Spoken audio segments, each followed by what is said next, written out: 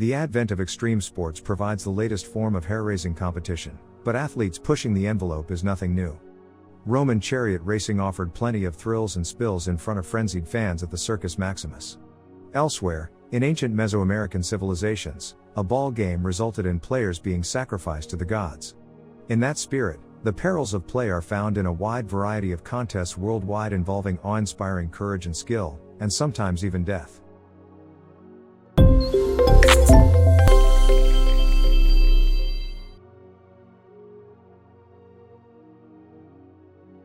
Kingdom of the Little People. It's not every commune that can be described as a tourist attraction and also an exploitative cash grab depending on who you ask, but that's what China's Kingdom of the Little People is going for it. It's either a place where little people can live together in peace and make a living, or it's a modern-day sideshow where little people are exploited for profit. Maybe it's both. The kingdom was founded in 2009 and the alleged purpose was to give security and purpose to little people in China. Chinese culture can be more harsh to little people than we are accustomed to in the Western world and, let's be honest, people are pretty harsh to little people over here, too. The commune is a tourist attraction, where the residents are seen to live in houses that resemble toadstools. They put on performances like parades and dances and gymnastics shows. Tourists pay and cheer and it seems to run like a theme park. The performers, all little people, really do live here, though. Not in toadstool houses, but real homes away from the tourists. Only people under a certain height may live there. If they aren't performers, they can get real city jobs like security, cleaning, or food prep. They have an elected government. These are the sorts of jobs that little people are unable to get in most places in China. And, perhaps of even greater benefit, they are not mocked, teased, or harassed here, which is a serious problem elsewhere. Residents tell reporters they are happy, though the exploitative and curiously constructed nature of the whole place is questioned. What can you say about a town where even the stray dogs come from tiny breeds like Papillon and Chihuahuas? Clearly, someone is forcing an idea here. But if the people truly are happy, maybe that's okay.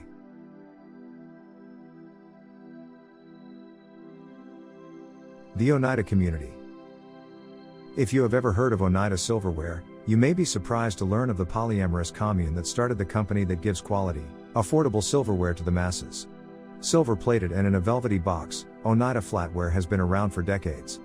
But before all of that, it started life as a utopian society where there was less silver and more free love going around. The commune began in 1848 and was remarkably forward-thinking. Women were not considered second-class citizens here and traditional gender roles were ignored in favor of a far more equal approach to work and life. Commune members had no personal property. Everyone worked for the shared good. Women worked alongside men. No one was better or more valuable. And at the end of the day, they believed the power of God could best be experienced through having multiple sexual experiences with numerous people. So how does a community that believes having a lot of sex would fill them with the Holy Spirit turn into a silverware company? Slowly. To make money, the commune did a lot of things. They canned food and made animal traps and chain link. Sometime in the 1870s, one member decided they could start making spoons. By the 1890s, it was all they did. The commune faded, but the company lived on. In fact, the name is still around today, though it was sold in 2006 to a larger corporation, so there's much less love in any of the silverware you buy these days.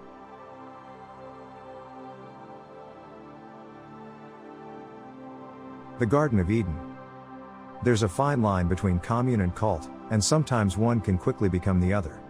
Informally, the major difference between the two seems to hinge on some rickety understanding relating to how the members are treated. If you're all just hippies growing squash and singing songs, that could be a commune. If your leader makes you marry him or wait for a UFO to take you away, that could be a cult. The people of the Garden of Eden in North Texas were deemed a cult and were raided by a SWAT team that tore their commune apart. The reason? They were on the hunt for drugs and weapons. Those are also things that indicate your commune is probably a cult. After the raid, the commune sued the city because the raid found nothing. Turns out police got a probable cause warrant based on 4 sketchy criteria. One was that the founder had been arrested on marijuana charges 2 months earlier, though there was no record of that. Next, the founder spoke to undercover officers about gardening, which is apparently bad. Their website used the words uber dank to describe the cuisine they make from the vegetables they grow, which, to police, meant marijuana. Finally, an anonymous source told police there were guns at the farm. Cops showed up and found tomatillo plants along with sweet potatoes and no guns or drugs. The Commune sued the police department for Fourth Amendment violations, and the case was held up for some years for various reasons. But at the end of the day, it seems the Commune was legitimately just a bunch of innocent, friendly hippies who don't even grow weed.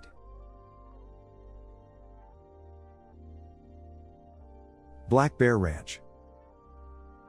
Most communes are born from either a desire to express certain religious beliefs, or from a more secular sort of hippie vibe. Black Bear Ranch was the second kind. Started in the late 1960s, it was meant to be free land for free people. The town was started in a ghost town, a long-abandoned former mining town that residents bought with money from an LSD deal. Over the years, it grew into something much bigger. Not a lot of people live there, mind you, just several dozen at a time at most, but it's been going strong for decades, so clearly some people are able to manage despite some weird history. Commune members took up forestry as a means of support, fighting fires and planting new trees. They used peyote ritualistically and established rules to prevent people from accidentally falling into couplehood. No one was allowed to sleep with the same person more than 2 nights in a row. They even had a sign-up chart so residents could mark off who they'd slept with. This led to an outbreak of VD. At one point, they had to ban people from sitting on kitchen counters thanks to a hepatitis outbreak. The commune is still there today, though they seem to have refined the process of running things. Jesus People USA. No doubt just hearing the name Jesus People USA forms an image in your mind of what these people may be like. What it doesn't make clear is that the community was formed in the early 1970s. They claim about 200 members. And they all live in the same building in Chicago. For decades, this community has lived in the same 10-story building on Chicago's north side, eschewing that image of farm communes or compounds in the middle of nowhere. The group live together and work communally. No one earns money for themselves. They earn money for a community effort to pay expenses for the whole. The group is heavily into music and even owns their own record company. Yoko Ono's ex-husband Anthony Cox was a member, and they've been associated with music festivals for years, not to mention being instrumental in the creation of Christian rock. Despite that, everything isn't always sunshine, as the group has been accused of being a little shady and authoritarian in the past. Obviously, the group itself dismisses claims of abuse and nothing has been proven in court, so the Jesus People keep on keeping on in their modern-day hippie tower.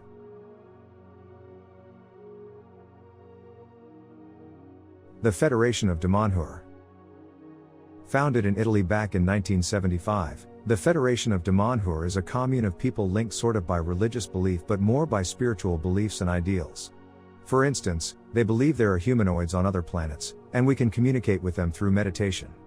They also formed their society in secret without informing the Italian government what was happening. How'd they do that?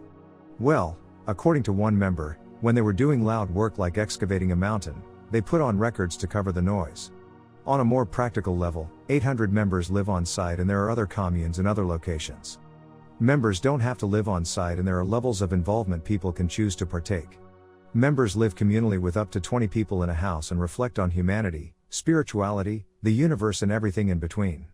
The main feature of the commune are their temples, the ones they built secretly in a mountain and featuring some visually impressive artwork and design. The various rooms are as ornate as anything you're likely to find anywhere in the world, and each one features a theme. The Blue Temple is dedicated to meditation, while the Hall of Mirrors is dedicated to music and the sky. There are a host of others, and members can study or even sleep in them if they choose. Maharishi Vedic City. The middle of nowhere in Iowa might be the last place you'd expect to find a place called Maharishi Vedic City, but that's just where it is. It's the first city to be incorporated in Iowa since 1982, and just under 300 people live there. The official language of the town is Sanskrit, but most people conduct business in English because Duolingo still isn't offering Sanskrit courses. The town was conceived by Maharishi Mahesh Yogi, the man responsible for sharing transcendental meditation with the Western world back in the 60s. According to him and his followers, there are ancient Sanskrit texts from some 2,500 years ago that detail all kinds of knowledge regarding how ancient Indian rishis had a natural understanding of science, the universe and everything else up to and including art, music and even architecture. So the town is meant to be the living embodiment of the ideas found in those texts, including architectural ones. Development of the town cost tens of millions of dollars, and though it is not as big as they planned, it's still an impressive feat. Within the town limits, non-organic food is prohibited. They don't use synthetic pesticides or fertilizers and were the first entirely organic town in the country. They sell their own organic produce from a 160-acre farm locally and to retailers like Whole Foods. Residents live a life of peace and harmony with themselves and nature according to the teachings of the ancient texts, and visitors can partake of things like yogic flying. The goals in the future include going entirely off-grid with wind and solar power and electric cars only.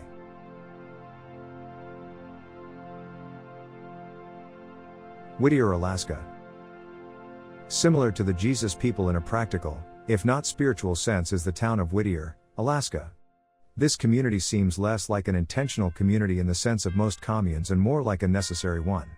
Nearly every single resident of Whittier, about 272 of them, live in the same building. The Begich Tower, a large pink and white condominium, serves as essentially the entire city in one place. The building is 14 stories and features a laundromat, a store, a post office, a clinic, a church, and even a police station. There's a school, and it's connected to the building by an underground tunnel. Everything else is in the building, itself a former army barracks, and it's also incredibly hard to reach. Boats can get there easiest. The town is located on the Passage Canal, about 60 miles from Anchorage. You can also get there by road, but there's literally only one road, including a tunnel through the mountains, weather permitting, and sometimes it's a one-way street. It also closes at night. The town gets an average of 20 to 22 feet of snow per year, so most residents know not to drive in the winter. With all amenities of a town on site, residents don't typically need to leave the building for any reason, and word is some have not been outside in years.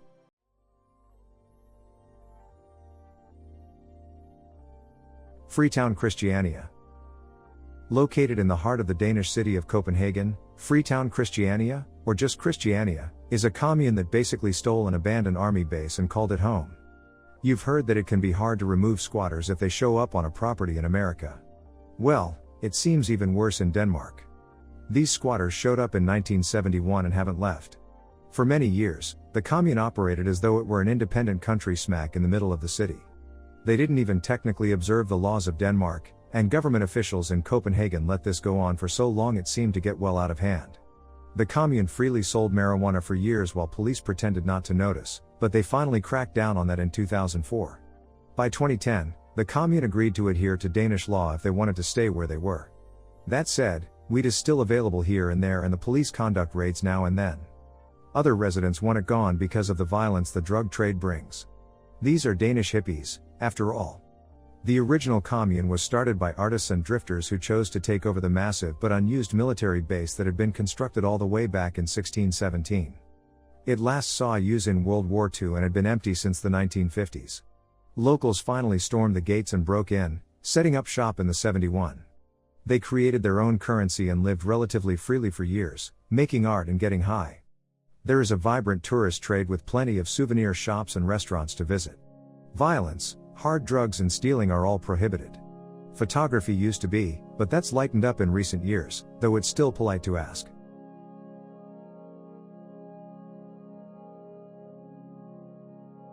Paulville. Undoubtedly, the most unexpected community idea hatched in recent years was one not based around the hippie lifestyle, or a religion, or any spiritual belief. It was based around Ron Paul, a 50-acre gated community in Texas where supporters of three-time presidential candidate could live together in perfect, Paulfect harmony. It was to be called Paulville. Ron Paul himself was not a fan of the idea of Paulville. He felt that people of like mind should actually spread out to be heard far and wide, not condense together and isolate. Still, the plan was for an unregulated libertarian ideal where things like planning regulations and other rules limiting personal freedoms would be left behind in the rest of the world. High in the mountains, Paulville would make use of sunshine for solar power and stay off-grid as much as possible. If people wanted to use the commune's water or power, they could, but they didn't need to. Freedom was the order of the day. 50 acres of land was purchased, and they even erected a town sign. Then things kind of fell apart. In 2008, shortly after announcing the plan, the website went dead. The commune never truly came to be, but for a brief time, it was close to the only town in America inspired by a living politician who had no interest in it. Which of these communes do you think is the weirdest? Let us know in the comments below. Thanks for watching.